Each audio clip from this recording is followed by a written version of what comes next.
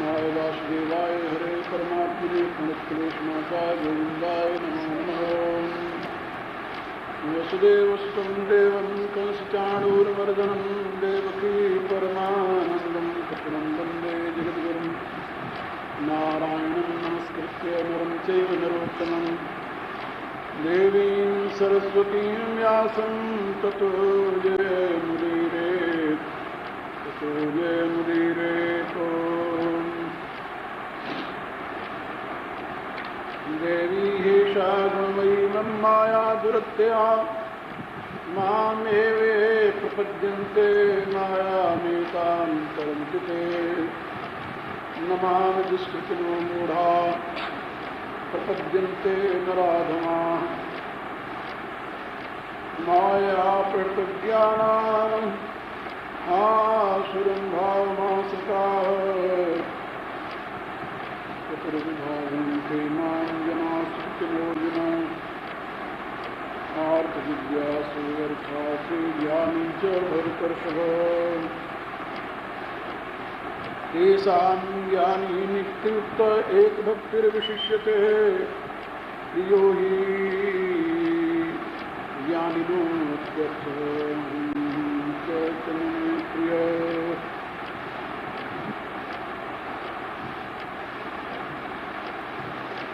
नमाम दुष्कृतिनो मूढ़ा प्रपद्यन्ते नराधमा। स्वीकृति और दुष्कृति। स्वीकृति वे लोग हैं जो शुभ कर्म सुष्ठु कर्म करने वाले सौभाग्यशाली भाग्यवान। दुष्कृति वो लोग हैं जो दूषित कर्म अपकर्म विकर्म करने वाले दुराचारी। उनके लिए एक शब्द है दुराचारी, दुष्ट आचरण करने वाले, दूषित आचरण करने वाले दुराचारी, दुखद आचरण करने वाले जो दूसरों को दुख देने के लिए ही आचरण करते हैं, इसे उनको दुराचारी कहते हैं। भगवान ने ऐसे के लिए दुष्कृति भी कहा है और ऐसे लोग जो हैं वो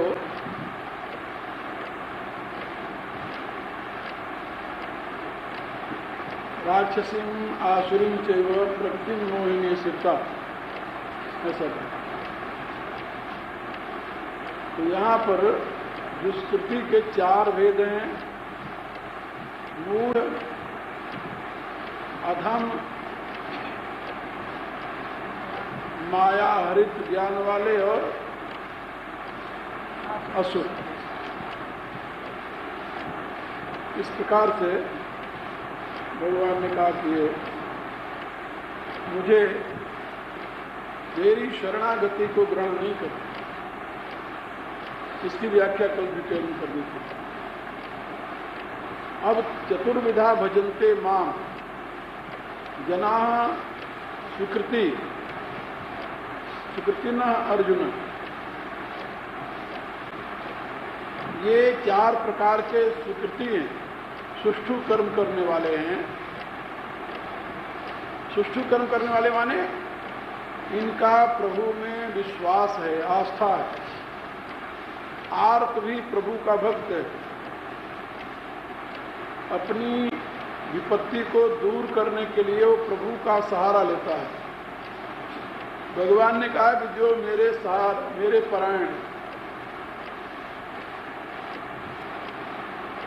मैयावे सबनो पार्थ योगम युंजन मदास।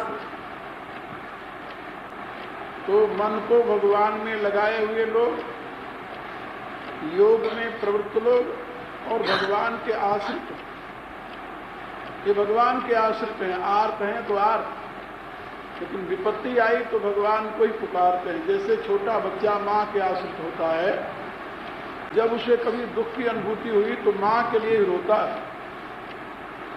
उसे पता नहीं है कि बाप जो है उससे ज्यादा बलवान है, ये उसे पता नहीं। माँ को ही पुकारता है क्योंकि माँ के आश्रित है। जैसे माँ के आश्रित रहता है बच्चा, माँ की गोद में जाकर के ही शांति मिलती है उसे, इसी रूप से भगवान के जो भक्त भगवान के आश्रित हैं वो भगवान के शरण में उन्हें शांति मिलती है। इसलिए मन मनाभो मद्भक्तो मद्याजी माम नमस्कुरु, भगवान सब प्रकार से मेरे ही आश्रित हो जा, मेरे ही शरण हो जा आद्या। तो यहाँ पर भगवत आश्रित, ये चारों प्रकार के लोग स्वीकृति हैं कि चारों भगवत आश्रित हैं। ये सबसे पहले इनमें आर्त है। आर्त माने जो किसी भी प्रकार की विपत्ति में पड़ा हुआ है। विपत्ति कल मैंने दो रूप बताए थे, प्रिय का वियोग और अप्रिय का संयोग। विपत्ति के ही दो रूप है और कोई विपत्ति नहीं। और इस अवस्था में वो अपने प्रभु को ही पुकारते, जो हमें प्रिय नहीं है वो घटना होने लगे। आर्त भक्तों में द्रौपदी का बहुत बड़ा स्थान है, और भी बहुत है। आर्त भक्तों में गजराज का बहुत बड़ा स्थान है। द्रौपदी, गजराज ऐसे भक्त हैं जो आर्त है। द्रौपदी जब हरि सभा में नग्न की जा रही थी तो केशव को पुकारा, हा कृष्ण द्वारिका वासे। इसी रूप से गजेंद्र जब डूबने लगा तभी उसने प्रभु को ही पुकारा। तो ऐसे आर्त भक्त हैं। संकट के समय में इन्हें प्रभु याद आते हैं।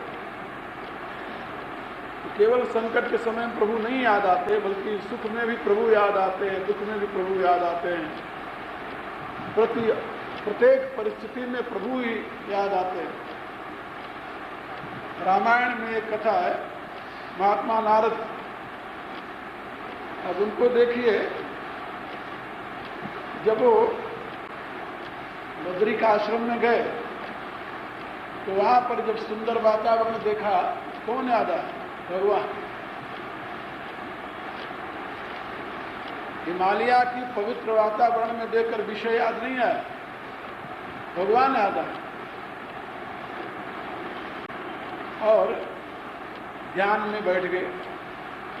कितना पवित्र स्थल है, यहाँ तो भगवान का चिंतन करना चाहिए। ध्यान में बैठ गए, ध्यान में काम विजय किया तो अहंकार हो गया। जीव का स्वभाव है। और जब अहंकार हो गया तो भगवान ने देखा कि इनको तो अहंकार हो गया, तो उसी रास्ते में उन्होंने एक और तमाशा रख दिया, तो राजकुमारी को पैदा कर दिया। जब राजकुमारी को देखकर मोहित हुए, किसको पुकारा? भगवान। मोरे हित हरि सम नहीं को, यही अवसर सहाय से हो। क्योंकि उनके लिए तो प्रभु के सिवा कुछ है ही नहीं। सुख में भी प्रभु, दुख में भी प्रभु। कोई भी अवस्था आएगी प्रभु के सिवा और कोई नहीं, क्योंकि वही एक आश्रय है। अनन्य चरण अनुरागी है, भगवान के प्रिय है।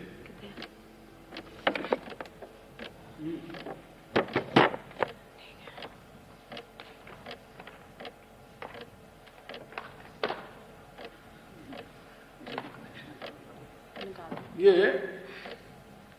भगवत कृपा की छाया में रहने वाला भक्त अपनी प्रत्येक अवस्था में अपने प्रभु को ही स्मरण करता है, प्रभु को ही याद करता है। इसलिए आर्त भक्त है। जिज्ञासु की भी यही स्थिति है। पूछने कहां जाए, प्रभु से ही प्रार्थना करता है कि हमें आप यथार्थ का बोध करा दें। कौन बताएगा दूसरा? किससे पूछें? उसके लिए भी प्रभु ही आश्रित है। वेद में एक मंत्र है जिसमें समझाया गया है कि जो परमात्मा के आश्रित होकर उसी की आराधना करता है, प्रभु उसके सामने अपने स्वरूप को प्रकट कर देते हैं। यमे वैश्य वृणुते तेन लभ्य तस्यै से आत्मा विभ्रूणते तनुं स्वाहा। उसके लिए प्रभु अपने स्वरूप को प्रकट कर देते हैं। यही बात गीता के 10वें अध्याय में बताया, तेषाम सततयुक्तानाम भजताम प्रीतिपूर्वकम ददामि बुद्धि योगम त्वमेन माम उपयान्ति। तो जिज्ञासु की जिज्ञासा भी प्रभु अपनी करुणा से ही पूर्ण करते हैं। ये भी प्रभु कृपा ही है। प्रभु कृपा से ही सद्गुरु समागम मिलता है, क्योंकि बिनु हरि कृपा मिले ही नहीं संता। प्रभु कृपा करते हैं तो किसी सद्गुरु के पास भेज देते हैं, समागम दे देते हैं। बिना प्रभु कृपा के सद्गुरु प्राप्ति नहीं होती, संत प्राप्ति नहीं होती। ये शास्त्र का विधान है। तो प्रभु कृपा के सहारे जो लोग हैं वो उनकी जिज्ञासा भी पूर्ण हो जाती है।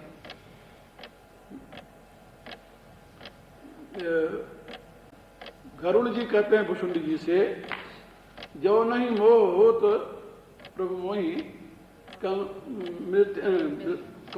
मृत्यु कौन भात प्रभु तो। यदि मुझे मोह न होता तो आपसे मैं मिलता कैसे। मोह के बहाने भगवान ने स्वयं मेरे ऊपर करुणा करके आपके पास भेज दी। पठई मोह मिस रघुपति तो ही। ये भुषुंडी जी कहते हैं कि मोह के नाते भगवान ने आपको मेरे पास भेजा। तो प्रभु की करुणा, प्रभु की कृपा की पूर्ति में भी प्रभु की करुणा ही कारण होती है। आर्थ जिज्ञासु अर्थार्थी भक्त। अर्थार्थी भक्त का अभिप्राय नहीं होता जो कि धन के लिए भगवान से प्रार्थना करता है, ऐसा नहीं। अर्थार्थी भक्त का अभिप्राय होता है संकट के समय ऐसी स्थिति आ जाए, जैसे हम इतिहास में नरसिंह मेहता की बात देखते हैं। नरसिंह मेहता की बात देखते हैं, वो अर्थार्थी भगत हो जाता उससे, अपने लिए नहीं चाहिए उसे। नरसिंह मेहता कहानी आप लोगों ने सुनी होगी। तो नरसिंह मेहता को उन दिनों द्वारका जी की यात्रा करने के लिए लोग जाया करते थे, और आगे उधर ठग और चोर डाकू लुटेरे बहुत होते थे। तो इसलिए वहां से हुंडी चलती थी। हुंडी ये कहते थे कि जैसे आप यहाँ रुपया जमा करा दो और वहां जा करके एक रसीद आपको मिल जाएगी। इसे आजकल चेक चलता है, ऐसे ट्रेवलर चेक जैसे ड्राफ्ट होता है ऐसे। तो उन दिनों उसको हुंडी कहते थे, हुंडी। अब महात्मा लोग जा रहे थे तो रास्ते में लोगों ने कहा कि भाई वहां तो डाकू बहुत है रास्ते में। तो जूनागढ़ से जब आगे चले तो कहा डाकुओं का वो तो घर है, उधर बहुत डाकू रहते हैं, फिर क्या किया जाए। तो किसी ने मजाक किया कि यहाँ एक नरसैया है, उसकी वहां हुंडी चलती है, तो तुम लोग यदि आराम से जाना चाहते हो तो पैसा जो है नरसैया के यहाँ जमा करा दो, वहां उसकी हुंडी बन जाएगी। अब वो महात्मा लोग पहुंच गए नरसिंह मेहता के पास। तो नरसिंह मेहता से कहने लगे कि आप हमारी हुंडी बना दो। उसने कहा भाई मेरे तो मैं गरीब आदमी बैठा एक चबूतरे पर भोजन कर रहा था, लोग मुझे नरसिंह का ये है, क्या आप हुंडी बना दो। हुंडी मैं क्या हुंडी बनाऊं भाई। बहुत समझाया महात्माओं को। महात्मा एक बार तो चले गए, फिर लोगों मजाक तो लोगों को करना आता है, भक्तों की हंसी उड़ाना। तो उसकी गरीबी की हंसी उड़ाते थे बेचारे। अरे कहा ये बड़ा सेठ है। तो उसने कहा कि अच्छा। फिर महात्मा लोग आए तो नरसिंह मेहता रोने लगे। उन्होंने कहा अच्छा भाई यदि तुम लोग चाहते हो तो हम तुम्हारी हुंडी बना देते हैं। तो उन्होंने जो उनके पास महात्माओं को पैसा था दे दिया, और उन्होंने भगवान द्वारकाधीश के नाम पर सांवल शाह, सांवल शाह वहाँ हमारा है, तो सांवल शाह के नाम पर हुंडी बनाकर दे दी, और दे दी। प्रभु से प्रार्थना किया कि तू जान, मैं तो कुछ नहीं जानता। अब इन महात्माओं को कौन समझाओ कि मैं एक गरीब आदमी हूं। खैर चले गए। जब महात्मा वहां गए तो वहां द्वारका जी में पहुंचे, पूछने लगे भाई यहाँ सांवल शाह कौन है? तो लोगों ने कहा भाई यहाँ सांवल शाह तो कोई नहीं है। कहा नहीं, मैं तो नरसी का हुंडी लाया हूं वहां से, जूनागढ़ से, और सुना यहाँ सांवल शाह रहते हैं, उनके मंत्र जो है क्या बोलते हैं, मुनि, जो यहाँ हुंडी पूरा करते हैं।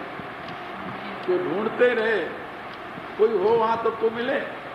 तो जा करके वो समुद्र के किनारे बैठ गए। अपन देखे ना समुद्र वहां, तो द्वारका में समुद्र के किनारे बैठ गए और आपस में सोचने लगे कि पैसा जो था डाकुओं के डर के मारे तो जूनागढ़ से आए, अब यहाँ खाने के लाले पड़ गए, क्या करें।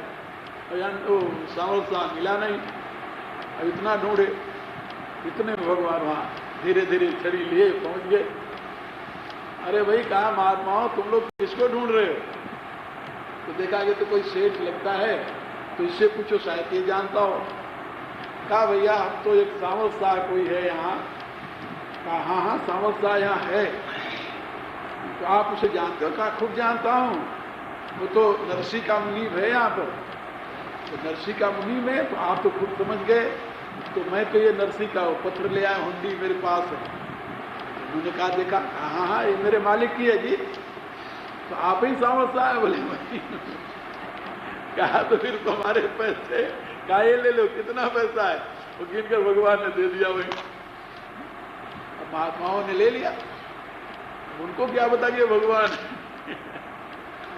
महात्माओं ने ले लिया। लेकर जब वहां से यात्रा करके लौटे तो सोचे कि भाई देखो उसके सेठ ने, मुनीब ने हमारे साथ तो बहुत अच्छा व्यवहार किया, और उसने व्यवस्था कर दी कि आप यहाँ रहिए, हम यहाँ के वो हैं, हम सारी व्यवस्था करेंगे। भगवान ने सारा रहने वहने की सारा होकर। अब वो महात्मा लोग लौटे तो बड़े खुश थे। तो उन्होंने कहा चलो भाई धन्यवाद करते चले नरसी को कि भाई तुम्हारे मुनीब ने हमारे साथ बहुत अच्छा सलूक किया। पहले तो मिलता नहीं था। एक दिन तो हम लोग बड़े परेशान हुए, बाजार में कोई उसका नाम नहीं जानता। तो उसने, भगवान ने कहा कि यहाँ मेरे को सांवल शाह नाम से कोई नहीं जानता, क्योंकि ये तो हमारा मालिक का दिया हुआ नाम है। यहाँ मुझे लोग दूसरे नाम से पुकारते हैं। खैर चलो, तो वहां पर जाकर के भगवान, तो नरसी के यहाँ जब गए तो लोगों ने सुना है, महात्माओं ने नरसी से कहा कि भाई आपके मुनीब ने तो हमारी बड़ी खातिर की और बहुत अच्छे ढंग से मेरा संभाल किया, बताया था। तो नरसी बेचारे रोने लगे कि भगवान तुम कैसी लीला करता है। तो ये कहते हैं, इसको कहते हैं अर्थार्थी। उनको अपने लिए तो नहीं चाहिए थी ना, लेकिन अर्थ स्थिति आ गई ऐसी। ऐसे नरसी के भात भरे, जो भात की बात आती है वो भी ऐसी कहानी है। और भी कई ऐसी घटनाएं अर्थार्थी भक्तों की देखी है मैंने। कभी कभी ऐसी घटना घट जाती है। मैंने गांधी जी की जीवनी पढ़ी, उसमें एक घटना गांधी जी ने लिखा है। उनके हरिजन जो निकलता था पत्रिका निकल, उसमें एक घटना गांधी जी ने लिखी। तो कहा कि एक दिन की बात, जो आश्रम उनका साबरमती का आश्रम था, तो साबरमती के आश्रम में बहुत लोग रहते थे उन दिनों, स्वतंत्रता संग्राम के दिनों में। जहाँ रहते थे गांधी जी, बहुत लोग रहते थे। बहुत लोग आ गए तो वहाँ रहते थे, सब रोटी खाते थे। और उनके यहाँ भोजन की जो व्यवस्था थी, रोटी थी और उसके साथ दाल, और केवल नमक पड़ता था दाल में और कोई चीज़ नहीं। दाल, नमक, हल्दी डाल करके दाल देते थे, रोटी देते थे। बिल्कुल आश्रम का खाना जैसे वानप्रस्थियों के लिए होता है। लेकिन अब इतने लोग थे कि उसकी व्यवस्था नहीं हो सकी। एक दिन सायंकाल को उनका जो व्यवस्थापक था वो आकर कहा, बापू कल के लिए कोई व्यवस्था नहीं है।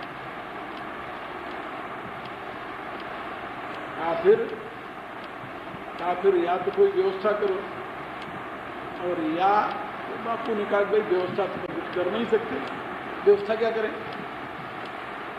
अब अपन किसी से कुछ नहीं कर सकते। तो ऐसा करना, कल सवेरे नाश्ता के लिए है कुछ? तो उसने कहा नाश्ता के लिए कुछ है, पता नहीं। तो कहा कि कल सवेरे सबको प्रार्थना जब होगी ना, तो प्रार्थना में सबसे हाथ जोड़ करके कह देना कि भाई वो आप लोग अपने अपने स्थान को जाएं, क्योंकि यहाँ पर कोई आर्थिक व्यवस्था नहीं जिससे आप लोगों को यानी वो दिया जाए। तो ठीक है, गांधी जी ने लिखा कि मैं कह तो दिया उससे, लेकिन हृदय में बड़ा क्षोभ हुआ, बहुत क्षोभ हुआ। तो जब सब चले गए तो मैं सोने के लिए जब गया तो खाट पर नहीं वो पड़े मेरे इतना याद आया कि प्रभु मेरे राम, क्या कल सही में हमें सबसे कह देना पड़ेगा कि तुम लोग जाओ? अच्छा, तेरी जैसी इच्छा। तो उन्होंने कहा कि मेरे जीवन में पहली घटना थी ये, जो कि मैं अपने राम से कुछ कहा। इतने में अब 10 बजे बापू अंदर चले जाते तो किसी से मिलते नहीं थे और आश्रम का फाटक बंद हो जाता था। इतने में एक आदमी आया 10:30 बजे करीब। आकर के उसने कहा चौकीदार से कि मुझे बापू के दर्शन करने। कहा बापू तो इस समय किसी से नहीं मिलते। कहते मिलना है ही नहीं, केवल दर्शन करने हमें। कहा आप कौन हो? कहा हम बहुत दूर से आए, बहुत दूर से आए हैं और हमें अभी तुरंत जाना है, केवल बापू के दर्शन करने और चले जाने हैं। कहा बापू 10 बजे के बाद किसी को नहीं मिलते। कहा मिलने की बात मैं नहीं कर रहा, मैं तो दूर से दर्शन करूंगा, प्रणाम करके चला जाऊंगा और हम बहुत जल्दी में, हमें रोको नहीं। उसने कहा कि जरा रुकिए तो हम देखें। तो वहां जाकर बताया कि ऐसे ऐसे एक आदमी आया। कहा कौन है? कहा वो बताता नहीं, कुछ कहता पता नहीं कौन है। कहता हम बहुत दूर से आए हैं, बापू के दर्शन करना और चले जाना है। तो उसने जाकर बापू से कहा बापू एक ऐसा आदमी आया, कहता हम बहुत दूर से आए, हमें अभी जाना है, क्यों दर्शन करना आपका? तो बापू ने सोचा कि कोई क्रांतिकारी होगा बेचारा, कहीं से चोरी छिपे आया होगा। उन दिनों तो यही था ना, अंग्रेजों से चोरी छिपे लोग आते थे। तो कहा कोई क्रांतिकारी होगा। कहा अच्छा भेज दो। वो चला गया, दरवाजा खोल दिया, वो अंदर चला गया जहां बापू बैठे थे अपने विश्राम गृह में। वहां जाकर वो प्रणाम किया और प्रणाम करके एक झोली वहां रख करके वो चला गया। जब चला गया वो कौन था आदमी, कहां से आया था, पता ही नहीं चला। ये तो किसी ने पूछा ना, उसने बताया किसी से। जब वो चला गया तो बापू ने अपने उस प्रबंधक को बुलाया जो उनके साथ रहता था। उसको बुलाकर कहा कि भाई देख ये क्या रख गया, कोई आदमी आया वो क्या रख गया। तो उसने जब उठाया तो देखा तो कहा कि बापू ये तो रुपए। रुपए? बोले हाँ। कहा आदमी कौन था? हाँ पता नहीं। कहा कितने रुपए? तो गिना 35,000 रुपए। उन दिनों में 35,000 की कितनी कीमत जरा कल्पना करो, और तो 35 लाख उसके बराबर भी नहीं है। क्या 35,000 रुपए हैं बापू? बापू ने कहा अच्छा जाओ तुम लेकर। वो तो लेकर चला है। बापू ने लिखा कि मैं रात भर रोता रहा, रात भर मैं रोता रहा, मुझे चैन नहीं आया। मैंने कहा ये मैंने क्या कर दिया, मेरे राम को पता नहीं क्या बन गया इतना बड़ा। तो ये अब इसको क्या कहेंगे? जहां कहीं अर्थ की ऐसी व्यवस्था हो जाए, भक्त पर संकट आ जाए, कोई ऐसी स्थिति आ जाए, तो भगवान को याद करता हो वो किससे कहेगा? उसका और दूसरा कौन है? इसको अर्थार्थी कहते हैं। ये नहीं कि अब धन संग्रह के लिए भगवान से प्रार्थना कर रहा कि भगवान हमें करोड़पति अरबपति बना दे, वो अर्थार्थी नहीं है। वो तो भक्त ही नहीं है। अर्थार्थी कहां से हो? जो अर्थ का संकट तो नहीं आया उसके, जिसको अपनी आवश्यकता अधिक चाहिए ही नहीं, अपने लिए चाहिए ही नहीं, ऐसा अर्थार्थी भक्त होता है। अर्थार्थी भक्त का अभिप्राय नहीं जो अर्थ के लिए प्रभु की उपासना कर रहा है, वो अर्थार्थी भक्त नहीं है। अर्थार्थी हो सकता है लेकिन अर्थार्थी भक्त नहीं हो। भक्त तो वो अर्थार्थी है जिसके सामने कोई संकट आ गया, जैसे मैंने बताया नरसिंह मेहता के साथ, जैसे गांधी जी के साथ, ऐसे बहुत से भक्त हुए हैं जब ऐसे संकट आ जाते हैं और उस संकट में भगवान उनकी सहायता करते, क्योंकि वो अपने भगवान सिवा और किसी से कुछ कह नहीं सकते, कोई दूसरा है नहीं जिससे कहें, तो प्रभु से ही कहते हैं, तो वो भगवान के भक्त हैं। तो आर्त भगवान के भक्त हैं, जो दूसरे के नाश के लिए नहीं, अपनी विपत्ति को दूर करने के लिए परमात्मा को ही पुकारते हैं। जिज्ञासु भगवान के भक्त हैं और ऐसे अर्थार्थी भगवान के भक्त हैं, और आखिर में ज्ञानी भगवान का भक्त है। ज्ञानी वह भक्त है जो परमात्मा के साथ स्वयं की अभिन्नता का अनुभव करते हुए सर्वरूप से स्वयं को उनके हाथों का यंत्र समझ रखा। उमा दारु जोशित की नाई सबई नचावत राम गोसा, ऐसा जो। अब विभीषण को हम अर्थार्थी भक्त नहीं कर सकते, क्योंकि विभीषण ने तो भगवान के सामने जाकर के ही प्रार्थना की ना कि हमें कुछ नहीं चाहिए, और भगवान ने कहा भी कि मैं जानता हूं तुम्हें कुछ नहीं चाहिए, लेकिन फिर भी लंका का राज तुम्हें देना है। सुग्रीव आर्त था, तो आर्त इसलिए था कि पहले तो उसने कहा कि नहीं नहीं, बाली की कृपा से तो आप मुझे मिले हो, लेकिन जब बाली ने उसे मारना शुरू किया तो दौड़कर प्रभु के शरण में गया और कहा, बंधुन हो मोरे काला। मेरे कहने के प्राय कि इस प्रकार के जो भक्त हैं तो भगवान के आश्रय, उनका और कोई दूसरा आश्रय है ही नहीं, इसलिए विपत्ति आएगी तो भगवान को पुकारेंगे। कभी अर्थ की जरूरत पड़ी तो भगवान को पुकारेंगे। अर्थ की जरूरत ये नहीं कि उनको करोड़पति बनना है, ऐसे वो अर्थार्थी भक्त नहीं, याद रखना। जिसके दृष्टि में पैसा है वो अर्थार्थी भक्त नहीं है, धन है अर्थार्थी, वो तो अन्य आश्रित हो गया, अनन्य कहाँ हुआ। जिसके ऊपर संकट आ गया, अर्थ का संकट आया, तो अर्थार्थी। अर्थ का संकट होता है, तो अर्थ का संकट आ गया तो अर्थार्थी हो। इसी रूप से विपत्ति आई तो आर्त बन गया, जिज्ञासा हुई तो जिज्ञासु बन गया, इस प्रकार। और वैसे ज्ञानी, ज्ञानी तो है ही। इन चारों का आश्रय परमात्मा है, परमात्मा से अतिरिक्त और किसी का अपना आश्रय नहीं मानते। अब इसमें भगवान कहते हैं चतुर्विधा भजनते, ये चार प्रकार से भजते हैं। विधाएं इनकी अलग अलग, भजते माने सेवते, भज सेवाया। ये चारों भक्त चार प्रकार से परमात्मा की सेवा करते हैं। आर्त और ढंग से सेवा करता है, जिज्ञासु और ढंग से सेवा करता है, अर्थार्थी और ढंग से सेवा करता है, और ज्ञानी और ढंग से सेवा करता है। इनके सेवा करने के ढंग भिन्न भिन्न है, चार प्रकार के। अब आर्त भक्तों में एक वो भी भक्त हैं ऋषि मुनि आदि, जो दुष्टों के अत्याचार से जनता को पीड़ित देख करके वो प्रभु को पुकारते हैं कि हे प्रभु, मेरे बस का तो है नहीं, मेरे बस का नहीं है। यदि ज्ञान के उपदेश से दुष्ट की दुष्टता चली जाए तो उनके बस का होता है। जो संत बध तो नहीं करते ना, ज्ञान देते हैं। यदि दुष्टता का ज्ञान से समन हो जाए फिर तो वो उसके लिए स्वयं तत्पर रहते, भगवान से नहीं करते। लेकिन जब अति हो जाए, उनका बस न चले, उनके समझाने से, उनके बुझाने से, उनके ज्ञान से, उनके प्रेम से दुष्ट की दुष्टता शांत नहीं होती, तब वो दोनों हाथ खड़े कर देते कि अब मेरे बस का नहीं है, तू ही संभाल।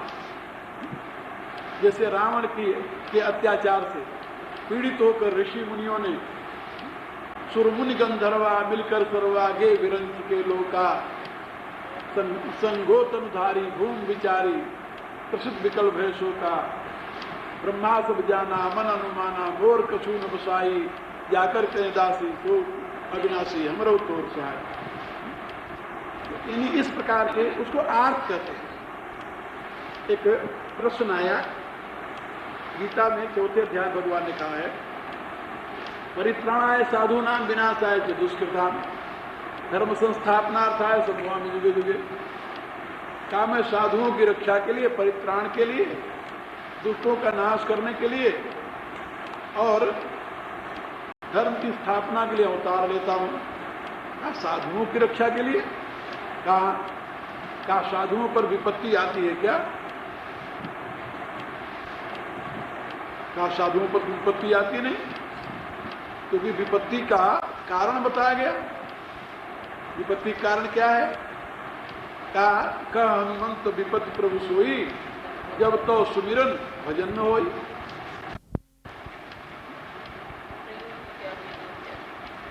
प्रियो ही ज्ञानी नो अत्यर्थ, ही यहां निश्चय करके ले, दृढ़ता के लिए, जिसे कहते हैं एम्फेसाइज के लिए। ही शब्द माने निश्चय, दृढ़ रूप से। प्रियो ही ज्ञानी नो अत्यर्थ, मैं ज्ञानी के लिए अति अर्थ हूं, परम प्रिय हूं, इसलिए अहम सच मम प्रिय, और इसीलिए वह भी मुझे प्रिय, क्योंकि जैसा मुझे भजता है वैसे मैं भजता हूं। ज्ञानी मुझे प्रिय है, मैं ज्ञानी को प्रिय हूं।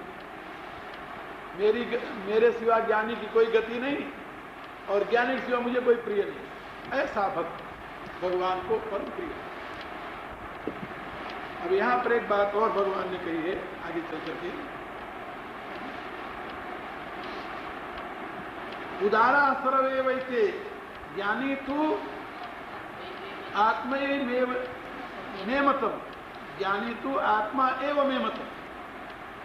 कहा कि उदार तो सभी हैं, आर्त भी उदार है, अर्थार्थी भी, वो भी अपने लिए तो नहीं कर रहे हैं कुछ। आर्त भी उदार है, अर्थार्थी भी उदार है, जिज्ञासु भी उदार है तो उदार हो भी। लेकिन ज्ञानी ऐसे नहीं हो। उदारा सर्वे वैते ज्ञानी तू आत्मा एवं मे मतम, ज्ञानी तो मेरा आत्मा ही है, ऐसा मेरा मत है। ज्ञानी तो मेरा स्वरूप ही है। आत्मा माने यहां स्वरूप। इसलिए आस्थित सही युक्त आत्मा मामेव अनुत्तमाम गति। ये ज्ञानी की महत्ता भगवान ने यहां पर समझाई। उदार तो सभी हैं, लेकिन ज्ञानी तो मेरा ही स्वरूप है, मेरी ही आत्मा है, क्योंकि वहां अभिन्नता हो गई। वासुदेव सर्वमिति स महात्मा सुदुर्लभ, सर्वत्र वासुदेव को ही देख रहा है। उसकी दृष्टि में तो ये ज्ञानवान है ना। बहु नाम जन्मनाम अंते ज्ञानवान माम प्रपद्यते। तो क्या स्थिति होती है? वासुदेव सर्वमिति स महात्मा सुदुर्लभ। इसलिए विशिष्टते है, लेकिन वो भी भक्त हैं भगवान के, वो भगवान के वो भी शरणागत हैं। चतुर्विधा भजन्ते माम जना सुकृति, वो भी सुकृति हैं, वो भी उदार हैं, वो भी अनग हैं, वो भी भगवान को प्रिय हैं। लेकिन ज्ञानी विशेष प्रिय, ज्ञानी प्रभु विशेष प्रिया। इसी बात को यहां समझा। ओम भूर्भुवः स्वः तत्सवितुर्वरेण्यं भर्गो देवस्य धीमहि धियो यो नः प्रचोदयात्। ओम विश्वानदेव संसर्गवितारकात् सर्वे भवन्तु सर्वे सुखदाभ्याः सर्वे भद्राणि पश्यन्तु मा कश्चित् दुःखभाग्। ओम पूर्णात् पूर्णस्य पूर्णमादाय पूर्णमेवावशिष्यते। ओम शांति शांति शांतिर्भवतु। ओम शांतिः। ओम शांतिदेव शंकर ओम कृष्णाय वासुदेवाय हरे परमात्मने प्रणतक्लेशनाशाय गोविंदाय नमो नमः। ओम सुदेवस्तम देवं कंसचाणूरमर्दनं देवकी परमानंदं कृष्णं वंदे जगद्गुरुं। नारायणं नमस्कृत्य नरं चैव नरोत्तमं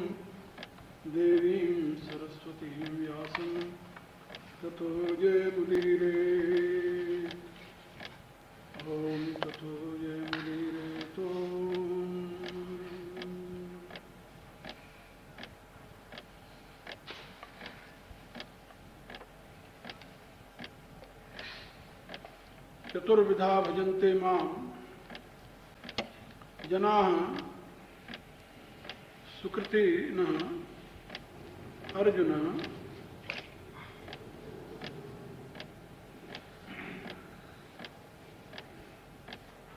आर्त जिज्ञासु अर्थार्थी ज्ञानी च भरतर्षभ तेषां ज्ञानी नित्ययुक्तः एक भक्तिर्विशिष्यते प्रियो हि ज्ञानिनो अत्यर्थ अहम स च मे प्रिय।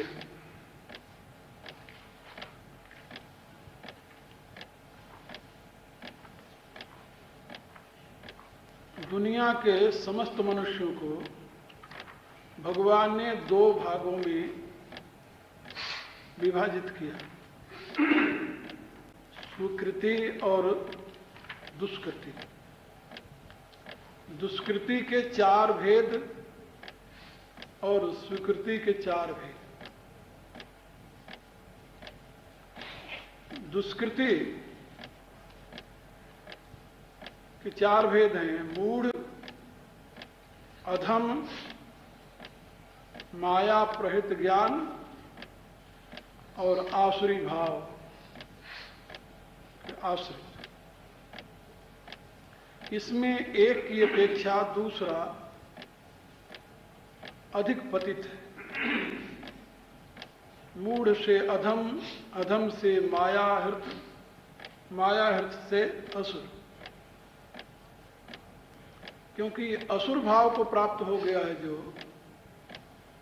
उसके लिए भगवान ने बताया आसुरी योनिमापन्ना मूढ़ा जन्मनि जन्मनि। फिर वो एक जन्म में नहीं, अनेक जन्मों तक उसी भाव में प्रवाहित होता रहेगा। उसकी अपेक्षा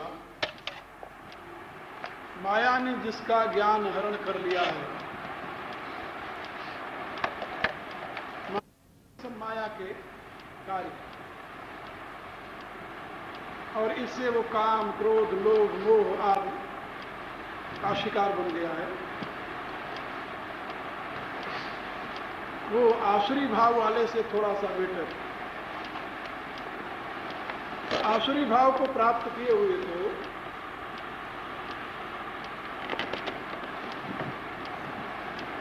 समझाना बड़ा मुश्किल, वो समझता नहीं किसी को। जैसे दुर्योधन कहता है जानामि धर्मम न च मे प्रवृत्ति, जानामि अधर्मम न च मे निवृत्ति। तो मैं जानता तो हूं लेकिन मैं उसमें लग नहीं सकता, क्योंकि आसुरी भाव को प्राप्त है। और जो माया से जिनका ज्ञान हर लिया गया है, ऐसे जो भोगाशक्त लोग हैं, इनकी अपेक्षा वो अधम श्रेष्ठ है। नीच वृत्तियां हैं, कुसंगति का परिणाम है। सत्संगति मिल जाए तो ठीक हो सकता।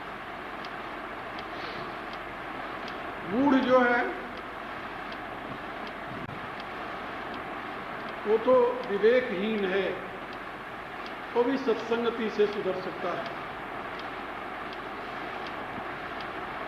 तो जैसे ये एक दूसरे की अपेक्षा अधिक पतित होते चले गए, मूढ़ से अधम, अधम से माया प्रहित, माया प्रहित से असुर, इसी रूप से 4 प्रकार के भक्त भी बताए। सुकृति है, सुकृतियों में भी एक की अपेक्षा दूसरा श्रेष्ठ है।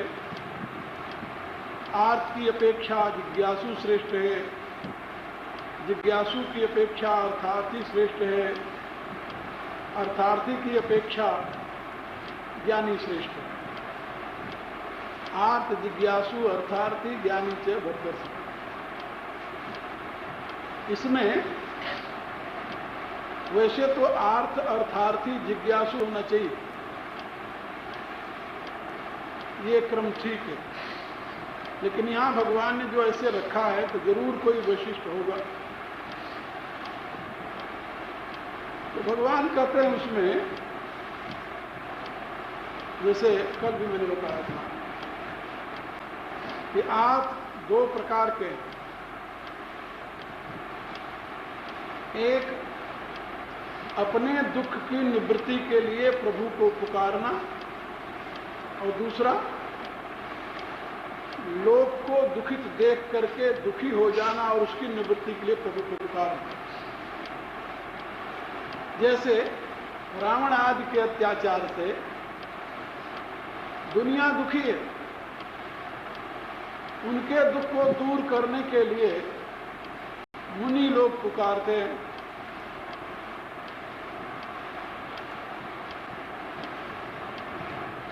और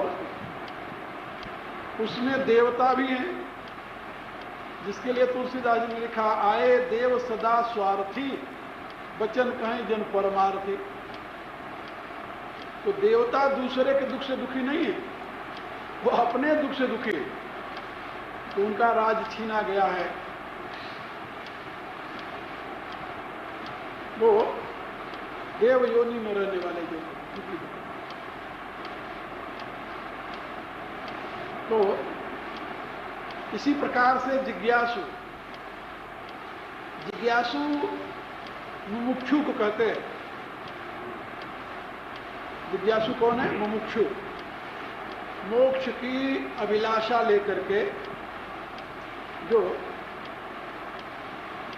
परमात्मा की उपासना में लगा हुआ है, उसको जिज्ञासु कहते हैं। क्योंकि तत्व ज्ञान के बिना मोक्ष नहीं होता, और तत्व ज्ञान की प्राप्ति भगवत कृपा से ही होती है। ऐसी दृष्टि से अब वह भगवत कृपा की प्राप्ति के लिए भगवान की भजन में लगा, भगवान की उपासना, जिज्ञासु। अब आर्त और जिज्ञासु, आर्त के दो भेद हो सकते हैं, जिज्ञासु के दो भेद नहीं है। जिज्ञासु तो तत्व ज्ञान की चाह लिए हुए है और मोक्ष का अभिलाषी है। अर्थार्थी के भी दो भेद हो सकते, अर्थार्थी के भी दो भेद हैं। एक तो अपनी पूर्ति के लिए, लेकिन यहाँ साधु है, भक्त है, वो अपनी पूर्ति के लिए भगवान से कभी प्रार्थना नहीं करेगा। वो धन का लोभी नहीं है। धन का लोभी होगा भक्त कैसे होगा? चतुर्विधा भजन्ते माम, क्योंकि भगवान ने इनके लिए तीन विशेषण दिए। माम जनाः सुकृति और उदारा। ये सुकृति है, दुष्कृति नहीं है, और मेरे भक्त हैं और उदार हैं। तुलसीदास जी ने भी यही विशेषण दिया है। अनघ उदारा, सुकृति चार्यु अनघ उदारा। राम भगत जग चार प्रकारा, सुकृति चार्यु अनघ उदारा। चारों सुकृति हैं, अनघ हैं, उदार हैं। इसलिए, और चारों चतुर हैं, चाहूं चतुरन कहूं नाम अधारा। चारों चतुर है। चतुर क्यों है भाई? इन्होंने समझ लिया है कि प्रभु के नाम के सिवा और कोई अवलंबन नहीं है। विनय पत्रिका में तुलसीदास जी ने लिखा कि मेरे विचार से वही चतुर सुजान है जो भगवान की शरण ग्रहण कर लिए। सोई गुणज्ञ, सोई क्या आगे चलो भाई बोलो।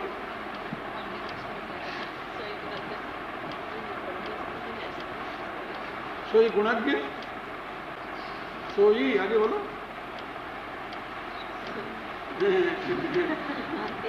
108 बात करेंगे तो बताएंगे फिर। सोई गुणज्ञ, सोई मति धीरा, जो भजे। तो तुलसीदास जी कहते वही गुणवान है, वही धीरमति वाला है, जो छल को छोड़कर भगवान का भजन करता है, जो भगवान के आश्रित हो गए। इसलिए सुकृति चारु अनग उदार। भगवान क्या करें, ये जो चार भक्त हैं मेरे, ये चारों अनग हैं, पाप रहित है। धन का लोभी तो अनग हो ही नहीं सकता, कभी उदार हो ही नहीं सकता। वो लोभी हृदय बसई जन धन जैसे, वो उदार कैसे हो? आगे भगवान कहते उदारा सर्वैव वैते। उदार तो उसे कहते हैं जो लोकहित में स्वयं के सत्व को समर्पित कर दे। उदार शब्द का अर्थ समझ लो आप। उदार किसे कहते हैं? जो लोकहित में, लोक कल्याण में, दूसरे के हित में अपने पास जो कुछ है सब समर्पित कर, वो उदार कहा जाता है। जैसे रंतदेव,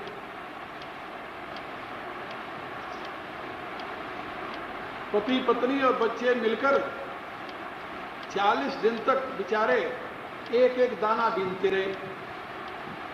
एक एक महाकाल पड़ा और एक एक दाना बीनते बीनते एक पाव दाना इकट्ठा हुआ तो उसका सत्तू बना लिए। और अभी खाने बैठे थे 40 दिन बाद, 40 दिन तक कुछ नहीं मिला था, पानी पी कर रहते, तो पानी भी मुश्किल से मिलता था कहीं।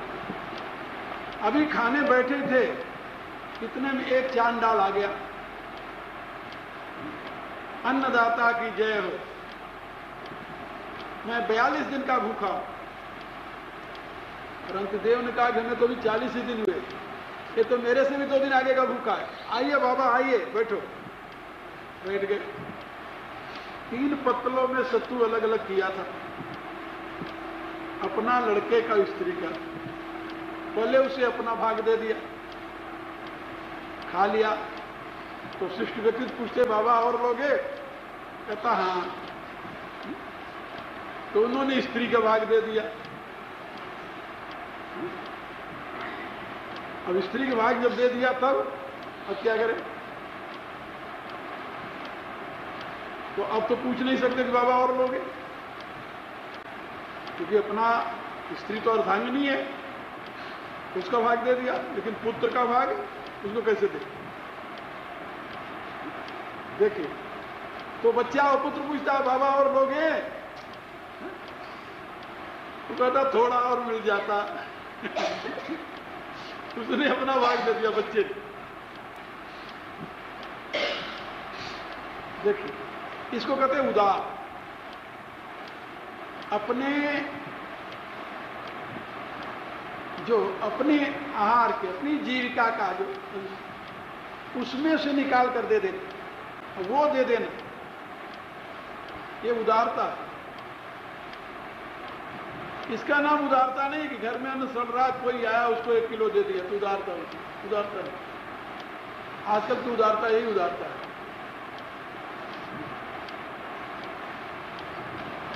आजकल की जो उदारता की परिभाषा है, अरे तो बड़े उदार हैं, क्या करते हैं भाई? कौन सी उदारता करते हैं?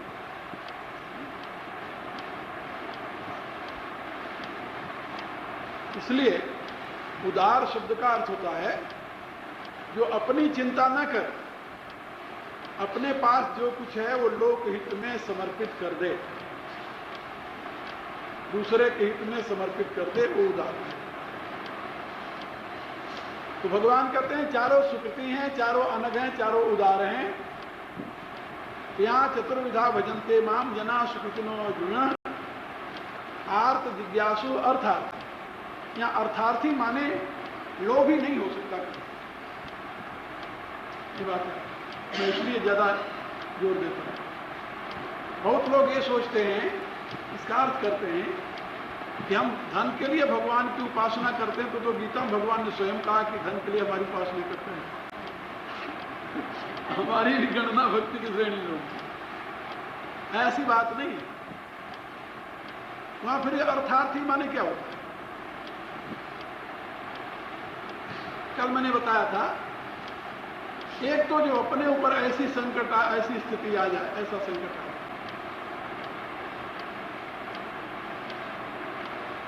कबीरदास जी के जीवन की घटना बड़ी आश्चर्यजनक घटना है।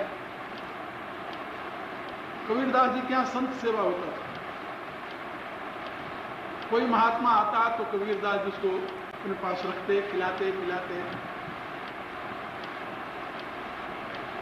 काम करते थे जुलाहा का। किसी दिन खड्डी चढ़ गई, कपड़े पुन गए, बेच दिया तो पैसे आ गए, नहीं बिके तो नहीं आए। उन दिनों अत्याचार मुसलमानों का बहुत था, भारत में बहुत अत्याचार चल रहा। और एक दिन कबीरदास जी के यहाँ संत आ गए। अब जब नहीं कुछ होता था तो बनिया था बगल में, उसके यहाँ अपने बर्तन गहने रख देते, कुछ गहने रख देते। तो उस दिन अब बर्तन तो सब गहने चले गए थे, नहीं गिरवी रख चुके थे, कोई साधन नहीं था। 4-5 संत आ गए तो अब कबीरदास जी कुटिया में बुलाया अपनी स्त्री को, भाई महात्मा आ गए। उसने कहा कि स्वामी आज तो कुछ नहीं है। कहा कोई उपाय? क्या उपाय क्या करें? अब तो थाली लोटा जो था वो भी गिरवी पहुंच गया है। कहा फिर संत सेवा करनी चाहिए। क्या एक उपाय है?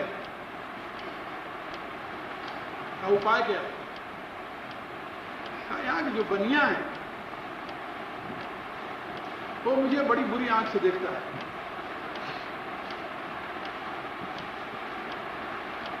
कामुकता की दृष्टि से। तो यदि कहो हम उससे ले आवे संतों की सेवा के लिए। उन्होंने कहा कोई बात नहीं, जाओ तो। संत हमारे दरवाजे से चले जाएं ये उचित नहीं है। प्राण देकर के भी संत की सेवा करनी चाहिए। तो तुम जाओ, यदि बनिया है चाहता है तुम्हें तो तुम उससे ले। लोई नाम था कबीर की स्त्री, चली गई बनिया के पास। बनिया ने देखा, कहा कैसे आई? उसने कहा तुम रोज मेरे से ठठोली करते हो, आज मैं तेरी इच्छा पूरी करनी है। फिर क्या चाहिए तुम्हें? हमारे यहां संत आए और उनकी सेवा के लिए हमें कुछ सामान चाहिए, आटा दाल। का ले जाओ, जितना ले जाना हो। कहा एक बात शर्त है कि पहले मैं ले जाकर भोजन बनाकर संतों को खिलाकर फिर आऊंगी।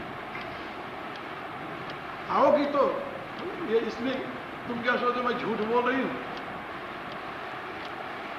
कहा यदि कबीरदास को मालूम हो गया तो तेरी खैर न मेरी खैर।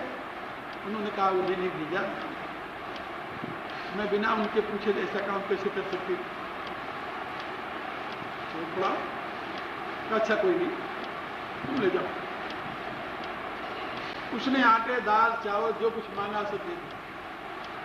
जब वो लेकर गई तो बनिया सोचने लगा अजीब व्यक्ति है, इसके कोई रिश्तेदार नहीं है, वो कुछ लगते नहीं, पता नहीं कहां से उल जलूल आदमी लाल कपड़े पहन करके तिलक लगाकर आ गए संत बनकर। पता नहीं वो सही संत है कि नहीं है। लेकिन इसकी इतनी श्रद्धा कि इसके घर में कुछ नहीं है। अब वो अपनी स्त्री की इज्जत बेच करके भी, गिरवी रख करके भी उनकी सेवा करना चाहता है। और एक मैं नीच आदमी हूं, देखिए कि आज उनके संत सेवा के मजबूरी में उसकी स्त्री की इज्जत लेना चाहता हूं। धिक्कार मेरे। इस पाप का मैं कहां बदला दूंगा? जब तक लोई वहां रोटी बनाकर खिलाती रही तब तक वो बैठा बैठा ही सोचता रहा। अब वो भगवान से कहने लगा कि भगवान लोई की बुद्धि आप फेर दो मेरे पास में आप। लेकिन ऐसा कहां हो सकता है जब भोजन संतों ने कर लिया तो कबीरदास जी ने कहा क्यों भाई भोजन करने? बोले हाँ। कहा आप भी खा लो? बोले ना, पहले कर्ज चुका कर तू आ, फिर अपन रोटी खाएंगे। चल पड़ी। बनिया बैठा रो रहा था। जब वो गई लोई तो उसने कहा कि शाह जी हम आ गए। वो देखते हो तो रोता है, उसके पांव पर गिर गए, मां मुझे क्षमा कर दे। अरे कहा ये क्या हो गया तुम्हें? अरे कहा हुआ कुछ नहीं तू क्षमा कर दे मुझे, मैं बहुत पापी हूं, महाघोर पतित हूं, और मुझे ले चल संत के शरण। वो उसके साथ ही आए। कहा कि आप घबराए ना, कबीरदास जी तुम्हें कुछ नहीं कहेंगे। क्या वो संत श्राप दे देगा तो मेरा सर्वनाश है, कुछ नहीं कहेंगे, तुम चलो। वो आया, कबीर का परम शिष्य बन गया। यानी मेरे कहने का प्राय कि यदि इस प्रकार की भावना हो, कबीर ऐसा कौन कर सकता है? मुश्किल।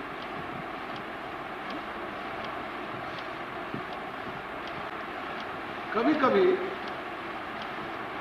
मनुष्य के जीवन में कैसे परिवर्तन आता है ये कहा नहीं जा सकता। उसके जीवन में परिवर्तन आना था इस प्रकार से। उदार शब्द का मैं अर्थ बता रहा था, इसे कहते हैं उदारता। एक